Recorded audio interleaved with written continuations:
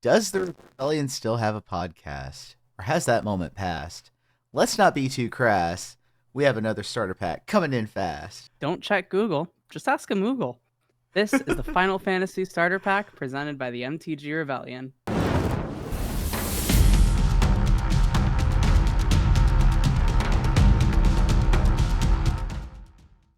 All right, let's go ahead and get started.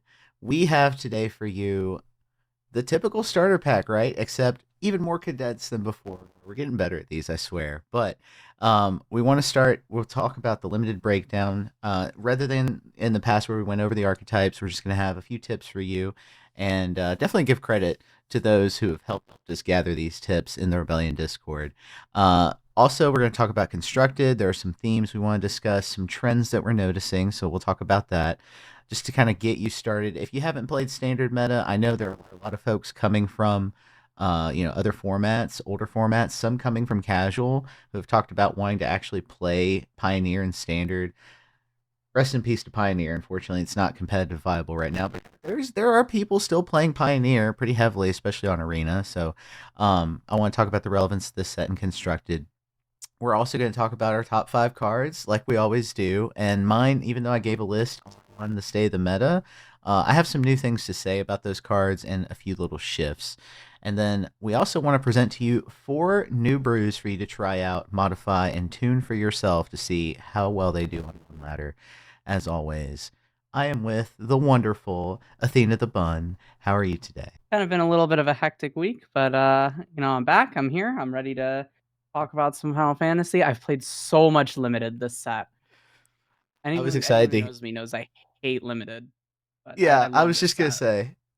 say. I was so excited to hear you be excited for limited and continue to Hmm. play it and hopefully teach me some things because I tried. I've played like 2 drafts so far and I've done very awful at the first one. The second one it was 3-3. So I'm not doing too great. I'm trying to figure it out though. But we'll get to that. We'll get to that. But I wanted to ask you just sort of what's your overall take on the set? Good, thumbs up, thumbs down. How do you feel about the cards and what they do for Magic in general? So when I first was looking at this set, obviously I look at every set usually from a constructed point of view first. And it seemed like there were a couple like standout cards, but most of the set's power level seemed really low for constructed, and so I wasn't really hyped on the set.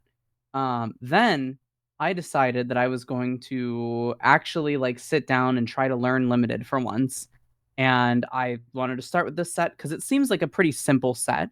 You have your generally your 2 color archetypes that you want to stick to. You got your they're all kind of basic themes. Blue white has artifacts.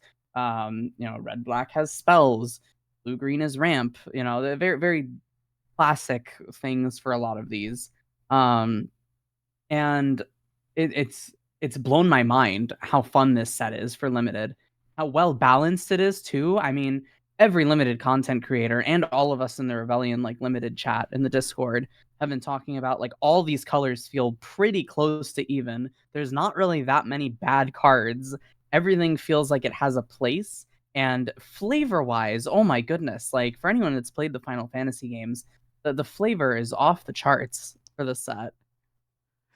That has been one of my favorite aspects, and we're going to notice that today when we're talking about this set is just how flavorful even the constructed, right? I was one who came in pretty cynically and said that this set on first glance wasn't going to have a huge impact on, the constructed formats, that maybe we'd have to wait in standard for rotation before it did.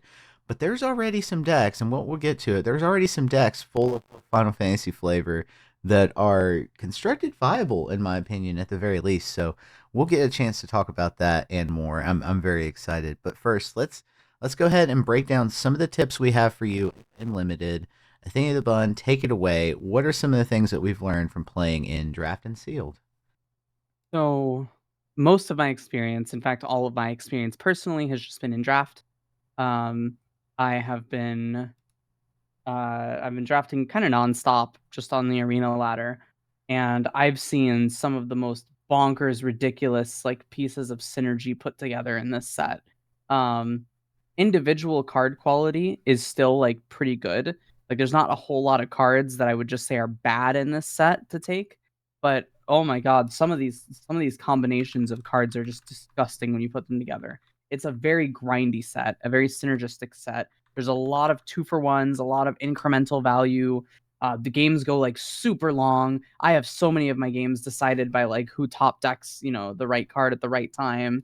And like it's these super exciting games where you're like always on like the tip of your chair waiting to see what happens next. It's super fun.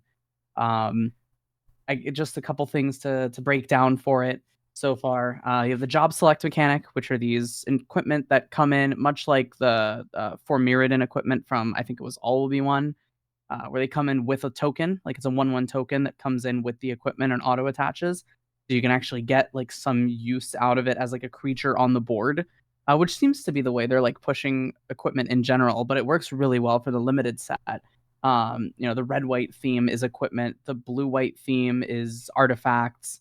Um, you have a lot of like payoff cards for all of these different equipment you have, and because the equipments are non-creature spells, they also fit in your themes of like your red black spells batter deck, or your like blue red cast spells that cost 4 or more.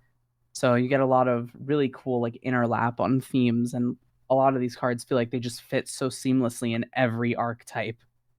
What I have been noticing just from this set is in limited is that it's very like two color as opposed to a very three color like we were dealing with Tark here. Um, and maybe you can comment on that. Why do you think that is? Do you think staying in two colors is advisable versus going into three colors? I know we have Starting Town, and that just that card alone, there might be some other ones I'm missing, but just that card alone helps you kind of fix your mana. But if you're not pulling those, do you advise going into three colors? So it really depends like what your 3 colors are, I would say. I'd say for the most part, you generally just want 2 colors. I've actually played even like a monocolored deck. I played a mono white Mhm. deck that I went like 6-3 with that did pretty well. Ooh, okay. Um, but general advice, I would say stick to 2 colors, but there are a lot of opportunities for like weird archetypes, especially when you get into 3 color. So, for example, as with every limited set, if you go green blue, you're much more likely to be able to splash a third color. So for example, like the green blue towns archetype fits really well with black between your like blue black control and your black green graveyard stuff. And there's a lot of Sultai bombs in this set between Atraxa and Sin and Muldrotha. All of these cards are just like win the game cards for a late game deck. So it's definitely really cool to see these like random archetypes pop up. The Gruul archetype is Landfall, but I've seen a Gruul Stompy deck. The Orzhov one is Sacrifice, but I played an Orzhov Knights deck in limited. So you get a lot of like really cool like unexpected archetypes. You can kind of build your deck um, a little bit more in like a unique way depending on the cards that you're handed, and you don't have to stick directly with the archetypes. But I would say most of the time you want to stick to 2 colors, unless you have like a lot of towns or a lot of like other forms of fixing. But usually you need multiple towns to be playing multiple colors. That makes a lot of sense. I tried my hand at Esper artifacts, and there was definitely some synergy there. I think it was because of my pack one pick when I picked up Noctis, and he's Esper colors, and so Oh, yeah. there's a few little signposts that try to push you in that direction. But I was wondering if that's super advisable. I think you made a good point about you need to find the fixing really to make it work. It's a bit of a struggle going three colors in this draft in my experience so far. Um, but yeah, do you have any other tips for us before we go to constructed? Prioritize getting good removal spells Hmm. for your color. Airship Crash in green, Sephiroth's Intervention in black, Thunder Magic in red is like rated really highly. There's the blue like 3 mana flash enchantment. I forget what it's called. Um, but all of these spells are really important for actually getting through the game, because there's these cards that will just come down and just flip the entire game so fast. Knights of the Round, Arden, uh, Muldrotha, Sin, Atraxa, Sephiroth, like so many of the even some of the like uncommons of the set honestly flip it really fast. Um, so yeah, I would say removal is pretty highly valued for the set. I would try to get like 5 removal spells, every draft if I could. Depending on the archetype, if I'm playing the more aggressive ones, I'll want less. But I played a Grixis control deck that had like 7 removal spells in it, or 8 removal spells and like 2 or 3 counter spells, and like I was still like dying to bombs because I just didn't have enough. Um, so yeah, removal's pretty high in this, and then also flying and trample. There's a lot of like Ooh. random like little shitter tokens around between Mhm. the little like hero tokens that get left behind by equipment. There's the little tokens made by like the red black cards that make the wizards that ping you for 1 every Yeah. time they cast a spell. So just there's a lot of like the best blue uncommon is probably that Drake that makes a 1/1 that comes along with it. There's the whole white black sacrifice theme, so they're making tokens. So I found that like trample in green or flying in blue, and those are probably my pick for like the 2 best colors, even though it's really close. I would say those 2 keywords are really important for the set. Yeah, and I noticed White has one card that I can't remember the name of, but at least two that just get rid of permanents, like non-land permanents, which is also very important in Hmm. this. 'Cause there are some non-creature cards that have an impact as well. White Auracite is one of the white ones I was thinking of that also kind of ramps you a little bit. Hmm. And that's the other thing too is select your bombs carefully. There are lots of bombs in this strat. I don't know if there's more than usual or not, but it feels like that way. Like you said, there are a lot of cards that turn the tide of the game very quickly.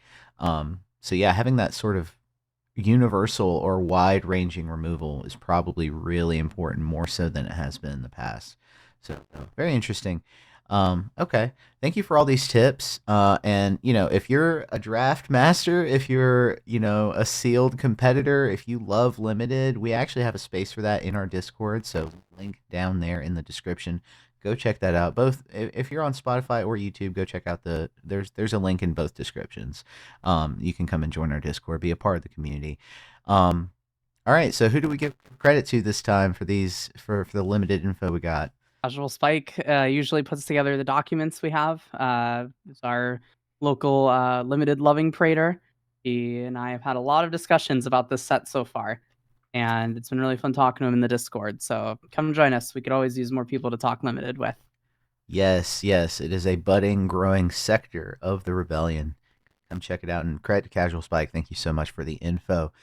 All right. So before we get into the constructed breakdown, I got to point out I was wrong on this day of the meta when I said that we're not seeing any immediate impact from these cards in the standard format. Even Pioneer has a few decks that are being introduced, probably at a higher power level because of some of the access to some of the cards in Pioneer that they have. But look, let's talk about some of the themes. Let's talk about. I had to admit I was wrong. Now let's talk about some of the themes. Athena, what right off the top of your head, what's one of the big themes that strikes out at you from this set and constructed? One of the big themes, I would say, I mean, there's a pretty big like equipment theme in the Mhm, set. I don't know if that mhm. really makes the equipment decks viable, but man, they really pushed some of the cards. I've been watching content creators throw together decks that, like, at least on paper, look really strong. Obviously, the biggest litmus test of the format is like how well can you handle red and how well can you handle cutter. Um, so those would be the big question marks for these decks. But in terms of Yeah. like pure power level, like, watching someone slam a Gilgamesh and drop down like 5 equipments on the board that all make creatures is so disgusting to see and constructed.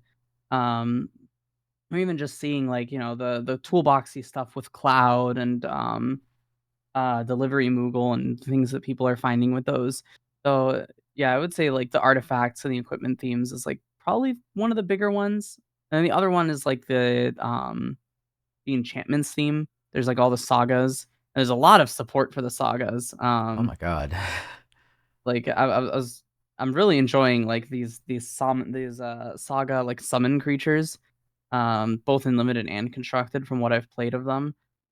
And yeah, I'm a big fan of this set design wise for that. Me too. And this is where I'm going to mention that there are two viable Unidex in the format that have come up in recent days. We had one rap solo used one to beat his own tournament, the rap solo tournament that he likes to put on in standard. But two flavors of Una, both in Naya and Abzan, that are still developing. And I'm sure we'll give you guys all the information on how that shakes out, which version is more viable, what build you'll want to go with. So I'm waiting to see sort of which one comes out on top there. But I'm playing both of them. I'm having a lot of fun reanimating some of those summons. Specifically, Knights of the Round and Bahamut are some of the favorites to reanimate right now. Pretty wild, pretty wild. I've been crushed by those decks, and I've had some fun crushing people with those decks. I don't know if they're tier one, tier two. It might be at best tier 2.5 right now with the way I see it. But Graveyard Hate has kind of taken a bit of a retreat in recent weeks, as have board wipes. Even though some of the most viable decks are low curve aggro, we're not seeing quite as many copies of board wipes. Domain has sort of taken a back seat, and that's the deck that classically loves to play like 6 to 7 board wipes. Omni Combo's still out there, so it's like I don't know. There's a bit of a dance right now between creature based aggro and heavy like top end control, because top end control got some cards that it wants to play for sure. But in any event, that's how we like our standard. We like the dance between low curve aggro, mid range, and control. And I think all three archetypes are at least in play. Maybe some of them doing a little bit better than others. We're seeing what, like 33% is it cutter to go back to your point that has sort of become the gatekeeper of the format. Wouldn't you say? Yeah, Cutter and Mono Red are really the two top decks, and then followed by that, funny enough, is Omniscience, right? So just Hmm. wildly opposite side of the format. But yeah, it's cool seeing like the impact that that has had. I think um, 'cause it's more than I thought it would be for constructed. Just looking at some of these decks, I mean, even in Pioneer, the last Pioneer challenge on MTGO, there's a Grease Fang deck running Ooh, Joshua. ooh. Phoenix is dominant, which seems pretty good. So yeah, I mean, it fits right in that deck. I'm hyped to see what else we're gonna see like from this set. I know Cecil and Dark Confident are making strides. I know Yuna's making strides. And I can already see where some of these other cards fit in, like Joshua and Phoenix Down. So yeah, I'm excited to see where it goes from here. Yeah, Sephiroth too, and I'll talk about that because that's one of the ones in my Mhm. top five. Which, if you're ready, let's go ahead and jump into our top five cards of the set so far. So I kind of have like a weird like weighting system that I use for this. I could get into all the like little things I use to weigh in for these cards, but potential power level in the right deck is something I value really highly for these. And so I just want to give an honorable mention to Clash of the Icons, Clash of the Acons. I don't know if I'm pronouncing that right. It's a 1 mana green, basically a 1 mana green fight spell that also has alternate modes that affect your sagas. And some of these saga creatures are really good. Summon Titan, Summon Fenrir. The number 5 on my list that I'll be getting into in a second, like all of these green like saga creatures seem really really good. Clash of the Icons, that's one I didn't think of. The multimodal, I used one my multimodal card in the last top five, which I didn't include in this one because it didn't have as much of an impact as I thought it would, was Battle Menu. But Clash of the Icons, I actually like a little bit more in the 1 mana slot for green, especially since green is so, there are multiple green archetypes and color pies, including green, that use summons. So to see this kind of support card that also is a removal, right? Because you can also fight with it. Very cool. I like all the modes on this. What have you got next for us? So speaking of green saga creatures, fifth on my list is Esper Origins. So this is a 2 mana green sorcery. It says you gain 2 life and you surveil 2. And then if you cast it from the graveyard, you exile it and then you put it on the battlefield transformed as flashback for 4 mana. So if you cast it for 4 mana, you surveil 2, you gain 2 life, and you get Summon Esper Malduin. Which is a 4/4 enchantment creature saga elemental. First chapter is reveal top card of your library. If it's a permanent, put in your hand. Because you surveilled, you should probably have a permanent on top. So it's really draw a card. The second chapter is add 2 green mana. The third chapter is other creatures you control get +2/+2 and gain trample until end of turn. I really like how this ends up playing out, right? You surveil and then you draw a card, you gain some life, and then you're setting up your next turn is you're ramping into this big creature, and the turn after that, you're giving that creature trample and +2/+2. And it can really help you push in some damage, especially when you're ramping a little bit with other things, especially with some of the other green summons like Fenrir ramps, Titan ramps, and Titan is something that I love ramping into if I'm playing green for this set. Oh yeah, this card looks really good. The fact that it's a sorcery means that it could fit right into Delirium really easily. It being this like threat that also fills your graveyard, and it's kind of like a finisher for like a weird like go wide mode. I feel like it hits all the boxes for Delirium. If it wasn't like a 4 mana card on the backside, I'd play more.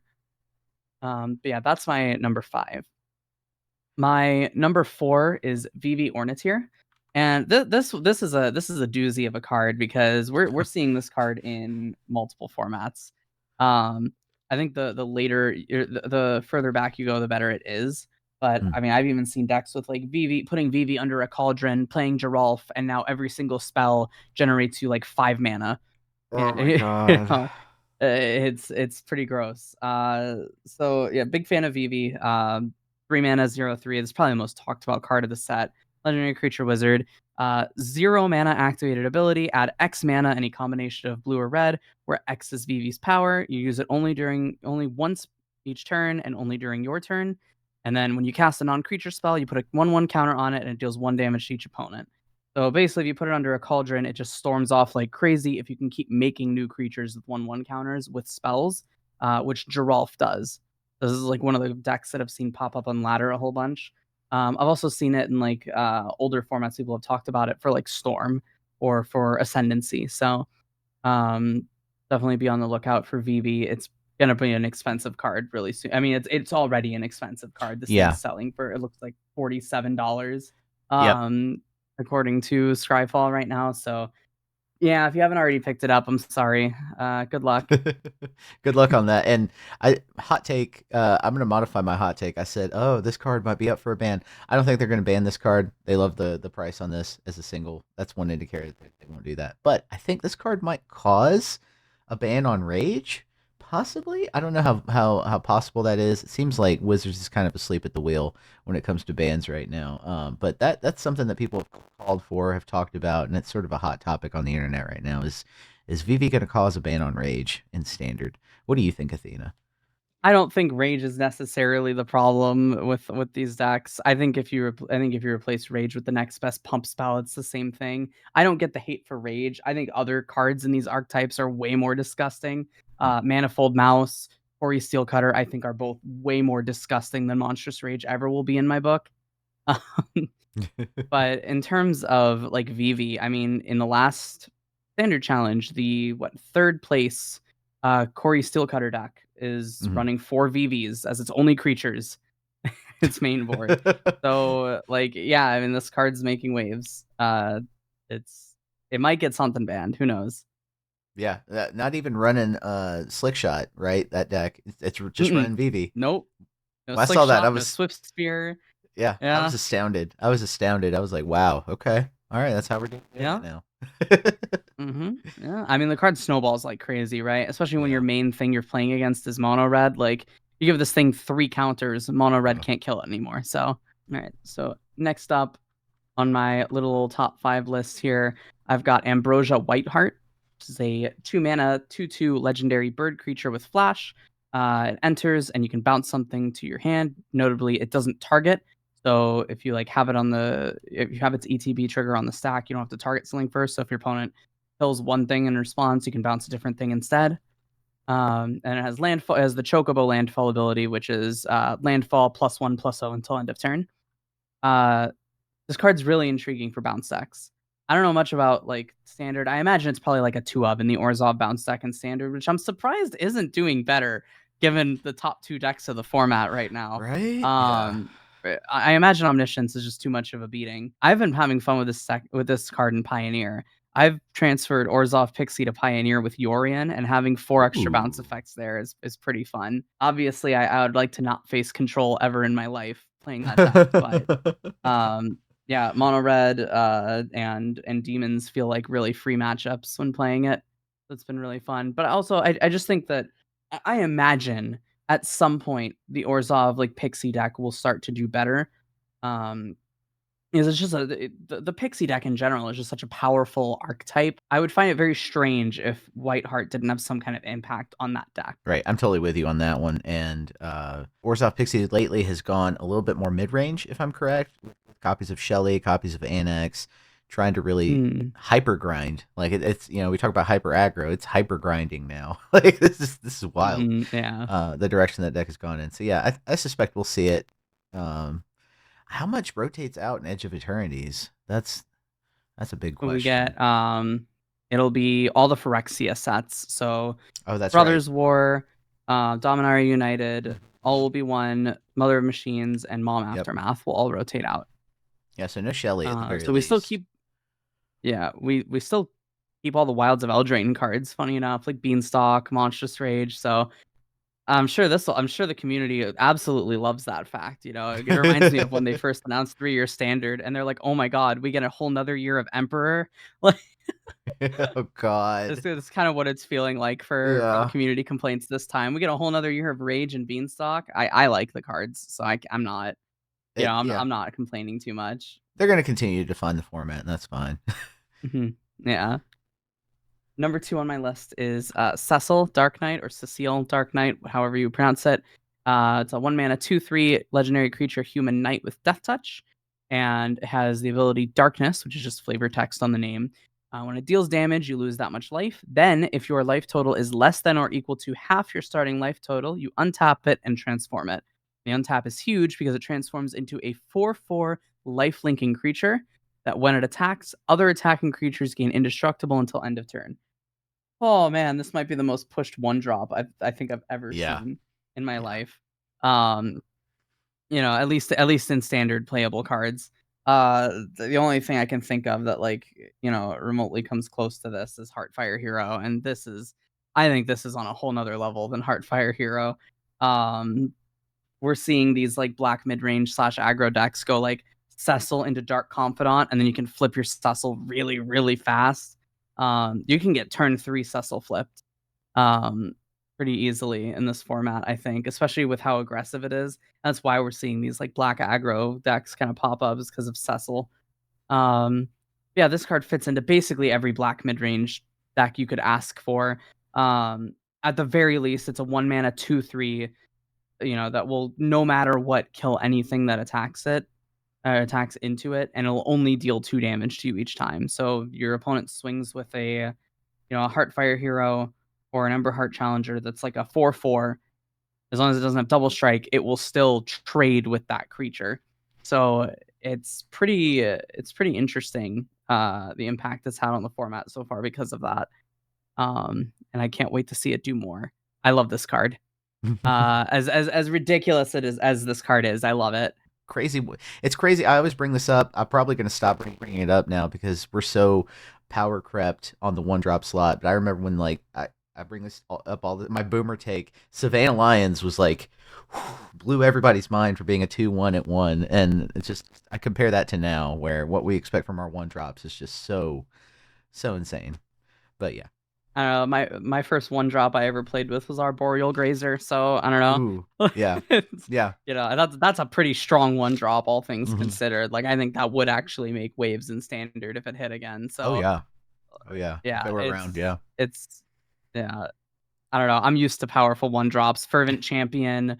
Oof. What's the 1-mana boast creature from Kaldheim that got played all the time? Usher of the Fallen.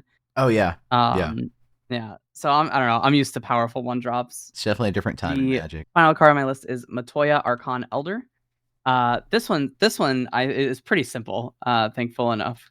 It is a 3-mana 1/4 legendary creature human warlock. When you scry or surveil, draw a card. So you draw after the scry or surveil. So you can play a graveyard strategy focused on your surveil, and then your opponent plays Rest in Peace. Cool. Now I just draw every single card instead of surveilling it to the graveyard.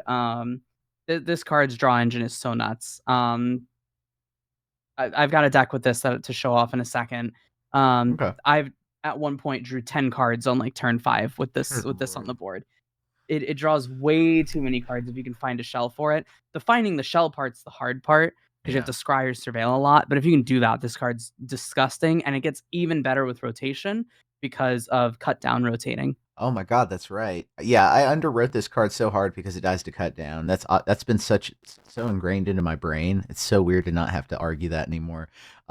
But secondarily, when you told me you drew 10 cards, I was like, what the heck? I did not. But there are tons of Scryer Surveil mechanics, and Arena makes it easy with the keyword search. You can just pretty much keyword search within Hmm. whatever colors you're going to play and pick the best cards. So it's interesting when I did that how many just Scry, not to mention Surveil, there is in Standard still. Max, All right. let's get on to your top five Yes, and your I guess your honorable mention too, because I know you're hyped to talk about this set. I'm very hyped to talk about this set. Let me go ahead and bring up my honorable mention first.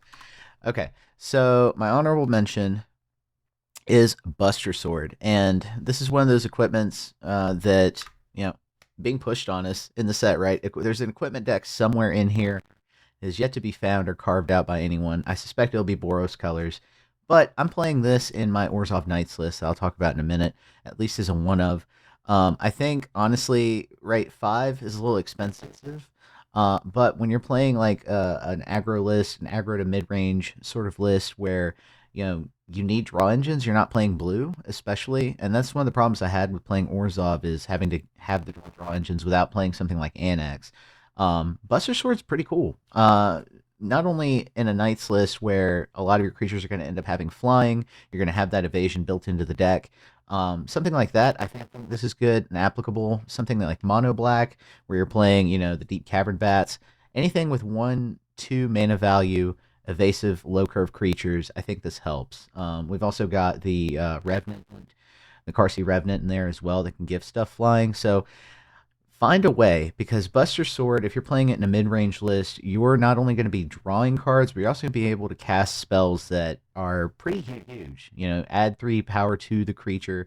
If that's a Deep Cavern Bat, at minimum, that's a 4 mana value card. So there are scenarios in which this could work.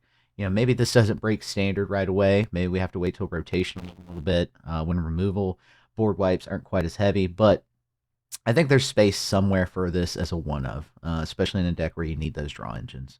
So that's my honorable mention. I think it's worth mentioning for sure. Although I'm unsure just how heavy this is going to be as far as making the impact in standard. Nonetheless, let's go ahead and go to my top 5. I want to talk about number 5. This is a card that some people have written off.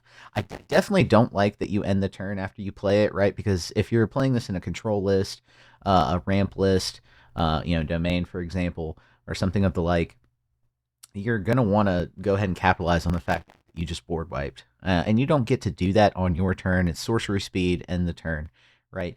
But I do like the fact that it destroys all artifacts, especially when you consider post rotation. Equipment might be a thing.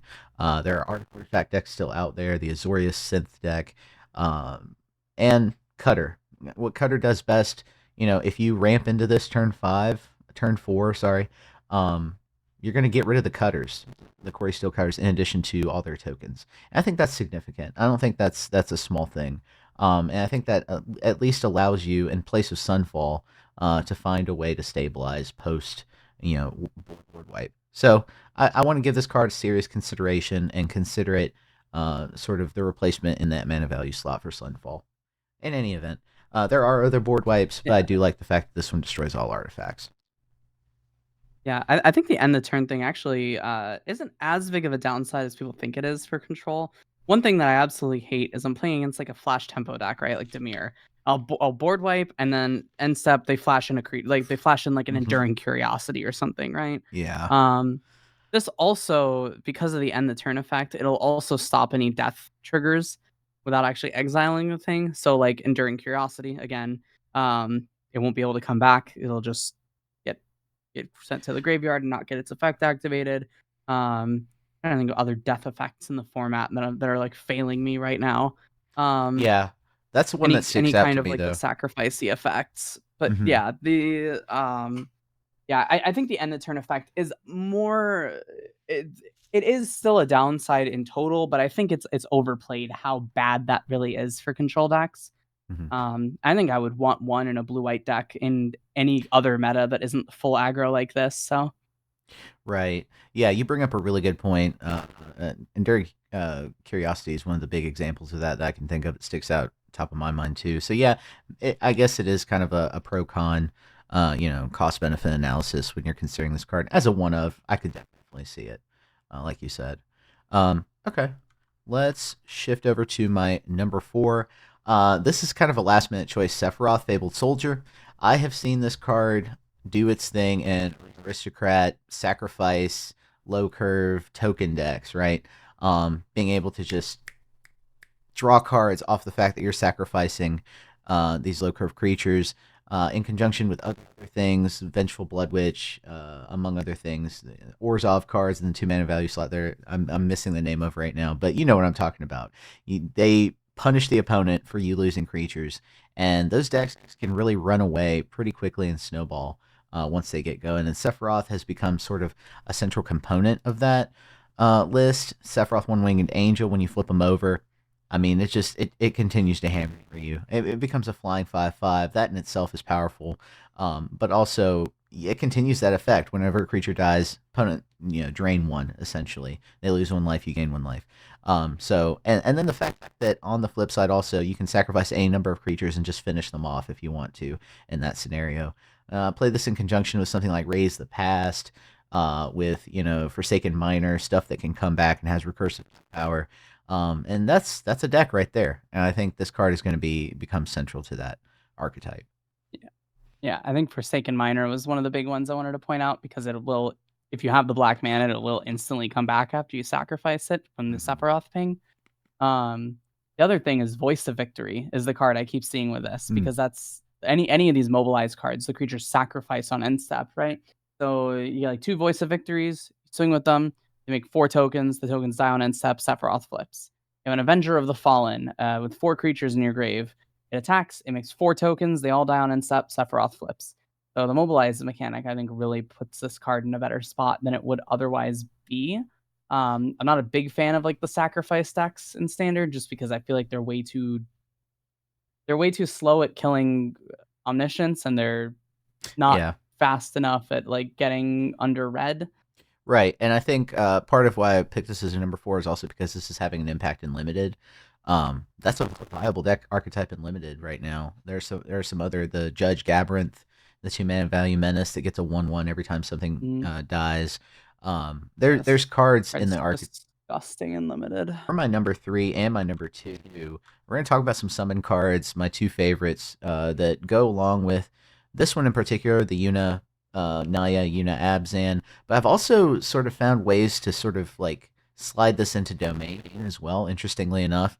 It is an enchantment, so, it can do things with Zur. I don't know. I think Zur is going to be replaced by Yuna in that archetype if it's going to exist at all. But Knights of the Round, oh my god, if you can somehow get this out, you get 4 turns of 3/2/2 White Knight creature tokens, just bam, bam, bam, bam. So you're playing against a deck that loves to board wipe you. You're gonna recover very quickly. It's also a great finisher, and I think in conjunction with something like Clash of the Icons, where you're adding, sorry, lore counters or saga counters, you're gonna get to that 5 rather quickly. I'd like to see this, and I'm testing right now a couple of different archetypes. We're running this with Elspeth, running this with the go wide token decks of mono white, but also in like Orzhov. There's a few token decks out there. Boros is still one as well, that I want to kind of tinker with. You want to play this kind of in a ramp shell. There are multiple ways to sort of get this out to cheap it out as well. Abuela's Awakening is still a thing. Yuna, of course. So people are trying to find ways to get this out way quicker than turn 8, obviously, because 8 mana value is not a viable card, you would think. But if you can find a way, Knights of the Round is one of the more powerful summons in the game right now. Go ahead. I I had know someone drop it. I had someone drop it against me with a cage on turn 3. That was the most. That's the best I've seen from this card so far. As like turn 1 elf into turn 2, whatever the hell, Voice of Victory, or no, I don't remember what the card was, but essentially it was just it was turn 2 the cage, and then turn 3, Yeah. Play a 3-drop plus activate it with the Llanowar ability and Yeah. drop the summon. And if the one downside is this dies to nowhere to run.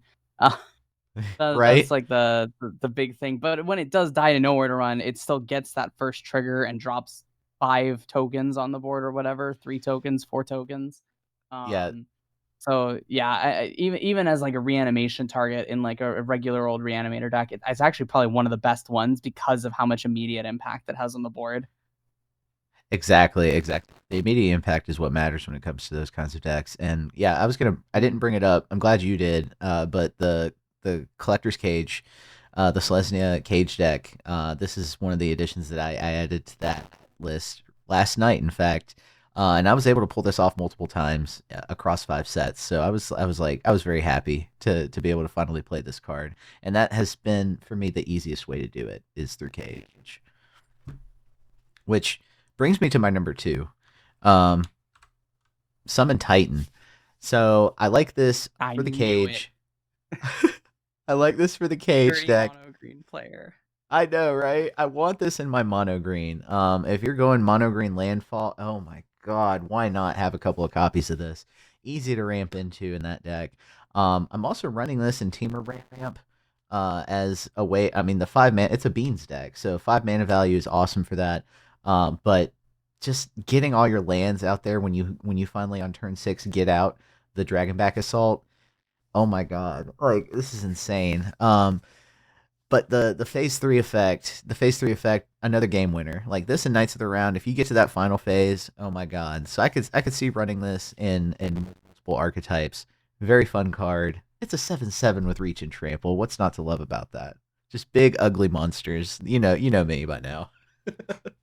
The most fun limited deck I've played so far was literally just a very basic blue green ramp deck that just ramped into this, and didn't even need much more top end. It was like this and like the forest cycler Yeah. was my Yeah. top end for my ramp deck. It just won every single game it came down. I got to play this with Chocobos in Jumpstart on Arena. Oh man, that has to go so hard with all the chocobos. It I've was not I so haven't been hard. able to draft too many chocobos, unfortunately. Yeah, if you want to play But Chocobos, it's yes. an archetype in the Jumpstart. I recommend it. It's fun. It's fun being able to just pick Okay. an archetype and run it. It's so much fun. Hell yeah. Um, but yeah, and this brings me into my number one card, Una Hope of Spira. Um, oh my god.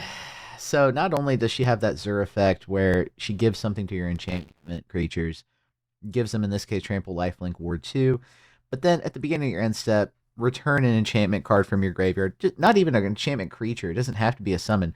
Any enchantment card from your graveyard to the battlefield with a finality counter on it. So I'm sure there's multiple applications of this that I'm not even thinking of, but the most obvious is to run the Una deck and just have some awesome summons in your graveyard. Flip them with the Titan, flip a Knights of the Round and then get it back. I dream of that scenario. I haven't done it yet, but it's been done to me, so I know it can happen. So let's go ahead and yeah, so those are my top five. Let's go ahead and jump into these new decks and just spend just a quick minute on each of these, talking about the basic sort of what are we trying to do, what are the card slots, and let's start with Athena. You've got two for us. What do you have for us? First deck I have here is Dimir Surveil. Didn't really have a better name for this. It's essentially copying like the Golgari graveyard deck, but instead of using the creatures that cost less based on your graveyard, it's using the creatures that get bigger based on your graveyard. So Souls of the Lost and Cruel Somnophage. Um, I played around with a couple different versions of this. I had Bloodghast in it at one point, but the general idea is you're using a combination of Matoya Archon Elder with Snarling Gorehound and Gossip's Talent, and every single creature that you play will surveil either one or two cards because of that. You play a Dream Thief, you surveil three cards. So you can get a lot of surveil triggers really, really fast. It actually fills the graveyard way faster than you think it would. I kind of came up with this based on like my Gorehound engine root stacks. But yeah, I've played against like control decks where I've drawn basically my entire deck, by like turn 15, turn 14, turn 15, and just like grounded them out by just having way more cards than they could ever have. Holy um, moly! Fight through grave hate by just boarding out your graveyard creatures. You just bring in stuff like Shieldred, Corsi Revenant, Huskburster Swarm, and you just play your surveil creatures as draw a card with Matoya. So you get a lot of filtering, a lot of grave filling, and you get these massive like Souls of the Lost. Also, little fun thing, um, your Avenger of the Fallen, it'll trigger Gorehound and Gossip when it comes in, and when it swings, because you're filling the graveyard so much. You should be careful of using the surveils to deck yourself with Matoya and draw because Oh, each individual mobilized token will trigger a different surveil. I had like 3 Gossip's Talents out at one point, and I swung an Avenger that made like 8 creatures with Matoya out, and it just drew my entire deck and killed me. jeez. So you have to Wow. be a little bit careful on it. But yeah, I think this deck's super solid. My red matchup isn't bad. I get to run Afara's Dispersal like an Omniscience deck Okay. would, but draw cards off of it. Um, I've added more removal as we go just to make it a little bit better. But yeah, I mean, the Is It matchup probably isn't getting much better just because of the colors I'm in. But um, yeah, fine with the red matchup as it stands. Yeah, you stole my thunder. That's exactly what I was going to ask you. And it's low curve. It's very low curve. I love that. You got to have Mhm. that right now, if you're going to Yeah. have something busted like this. But talk to us about Rakdos mid range. What are we looking at here? Yeah, so I think it was the first MTGO challenge for standard since the set came out. Second place was taken by a mono black aggro mid range deck. It was very Hmm. similar to this deck, so I kind of just took the base of that deck and added red, which I think makes the deck a little bit better. Um, Mostly because you can now use a braid to kill the Ori Steel Cutter, and you can get more grind pieces with Alesha and FOMO, as well as like a Chandra in my sideboard. Yeah, very basic like black mid range aggro deck. You play 1 drop into 2 drop into Gix. You swing out. You can draw a million cards. Cecil and Dark Confidant lose you a bunch of life, which Cecil, Shieldred, and Deep Cavern Bat can all help you get that life back. Um, FOMO is in here because it combos really well with Alesha, who can get any of these creatures back on this low end and do really well. And then your board plan against red is just bring in like more removal, Gix's command, Pyroclasm, another Abrade, and just kind of value them out that way. You get to kind of pivot between aggro and mid range based on the matchup. So like even your Omni combo matchup isn't that bad because you just deal them like a high amount of damage by turn 4 before they can combo with adding in with your hand hate and your grave hate. So yeah, I've haven't this is more of a theory deck. I haven't gotten to test this Hmm. yet. But this would be my take on the next evolution of that mono black aggro mid range deck is to add red to it. Yep, and Alesha, very powerful card. If you get to play Alesha, very cool. I like the return of Gix. I'm seeing this in other archetypes as well. Trying to go low curve and not use draw engines like Annex so much. I think Gix is a good way around that and keeping it low curve. Okay, very cool, very cool. All right. You gave me a Rakdos archetype I actually want to try. Like, I really do want to try the Rakdos mid range. I've been looking for a Rak. I figure Rakdos colors are going to be powerful right now, so that's something I want to consider. Speaking of archetypes, they're going to be powerful. I'm gonna switch up the order here, and I'm gonna talk first about Gruul Delirium. Gruul Delirium has been a tier 2.5, tier 2 deck for quite some time now, kind of bouncing in and out of the meta. And I think the cards that we are getting from Final Fantasy are introducing. There are two specific cards I want to talk about here. You know the deck. If you know Gruul Delirium, this is very much just a standard Gruul Delirium list, right? Your 1 mana value slot, you got 4 copies of Seed of Hope. Violent Urge is necessary. You got to have the Torch of the Towers for the early removal.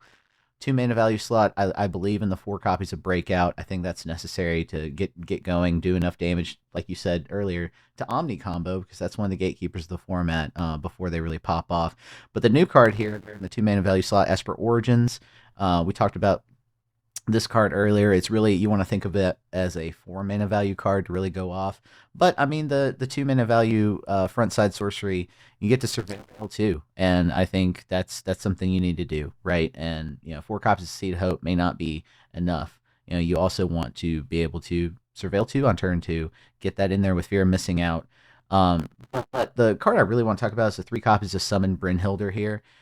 Being able to get that extra card advantage, right? Uh, the first ability chain. Very cool. But 2 and 3, giving something haste. Omnivorous Flytrap, the 4 of here.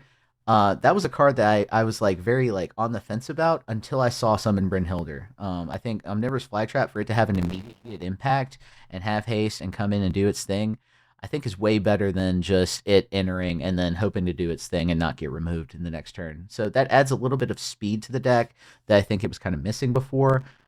So just this small tweak right here, Having a summon that comes in as a body, but also allows your next creature spell to have haste. And if it's turn 4, one of these omnivorous fly traps, I think that's a really good turn 2 to turn 3 sort of situation that you have. One card in sideboard I'll mention real quick before we go to the next deck, Outpace Oblivion. I think this one was kind of slept on. Being able to do 5 damage to a creature or a planeswalker is huge. But then also, this deck is going to get you to max speed. So being able to take advantage later in the late game and ping them for 2 damage, sometimes that's all you need. Sometimes you need that just little bit of damage to go over the top. I think this card helps. Let's go ahead and go to the next list. This is the one I've been sort of tuning and tuning and tuning all week, and this is the form that it's taken right now for me. This is Orzhov Knights. It's no secret, right? Cecil's been pushed on us. I do have this as a 3 of. It's a knight. Uh, I love the fact that you can turn 1, turn 2, you have creatures, you have Dragon's Lance, Ayara's Oathsworn. I'm introducing to this. This is kind of a must answer card. If they don't answer it, it gets bigger and eventually finds you, your Dion, which I have as a 3 of here. And Dion is sort of the centerpiece of the deck. Really just kind of allows you to go wide, go over the top. But we'll also have Elspeth, Virtue of Loyalty. We have access to those as well. Virtue of Loyalty, don't forget, does create that 2/2 knight on turn 2. Werefox Bodyguard, the 3-mana value slot, sort of acts like the Brutal Cathar, right? From yesteryear. We remember that card. But it removes tokens very effectively, but it removes sort of that one hurdle. You want to win by turn 4, turn 5. Nonetheless, I do have a 6-mana value top end. I think Primal Odin is good as a 1 of. That second ability, it's a must respond. The fact that you're giving it evasion, it is a knight. So with Dion, you have the possibility there of giving it evasion and giving it flying. So I think that's one way to win. That's one way to get through.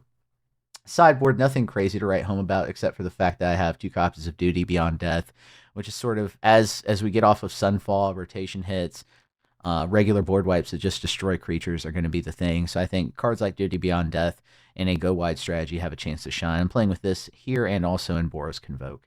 Um, that's it. I think brief mention on the mana base. Soulstone Sanctuary is a knight. I have a 1 of a Rogue's Passage because I also have Squall Seed Mercenary in here doing double strike. So being able to get in unblocked, pretty cool. And then I have that 1 of a Buster Sword. If you happen to have that with the creature that gets Rogue's Passage, that's even better. So I have scenarios where Squall gets in with the Buster Sword and summons Odin, and that's so much flavor in that sentence right there alone. So if for nothing else, I play this deck for that reason, just to be able to say that I can do that. But that's Orzhov Knights and Gruul Delirium. Right. I think the Knights deck is really cool. I actually drafted something similar to this. I got like Dion and Squall together with the the Dragon's Lance, Dragoon's Lance equipment, and yeah, I mean the combination of cards is really strong when you put them together. Like, and if you ever flip Dion, oh god, that card's a beating. I'm actually surprised by like some of the cards that are knights here. I'm surprised Werefox Bodyguard's a knight, mostly because I see it in soldiers so much. I'm surprised that Alenda's a knight, because I never really thought of it as one. So yeah, I'm just really impressed by like the level of card quality for this creature type is actually kind of high. Yeah, and I didn't think about Orzhov colors initially. I thought about Azorius because you have the marshals, but I think Orzhov is a little bit stronger right now, especially because black and white both came out pretty good from this set. So I think this deck has a chance, especially post rotation. Maybe not so much right now. It's tricking some people though. It's beating some people that you wouldn't expect. It is. I do have it right now as a 3-0 against Izzet Cutter so far on ladder. I've only been playing it a couple days though, but I'll report back on that one. But before we leave you today, I want to ask Athena just really quickly. I know we don't have a ton of time. Do you think overall this set is going to have a huge impact on standard, both pre rotation versus post rotation? What are your thoughts there? I wouldn't say a big impact. It will have an impact. I think Yuna's really good. I think Cecil's really good. A lot of the cards after that, I'm a little bit more skeptical of, like the Matoyas of the world, the Esper Origins of the world, the Brynhilders, things like that.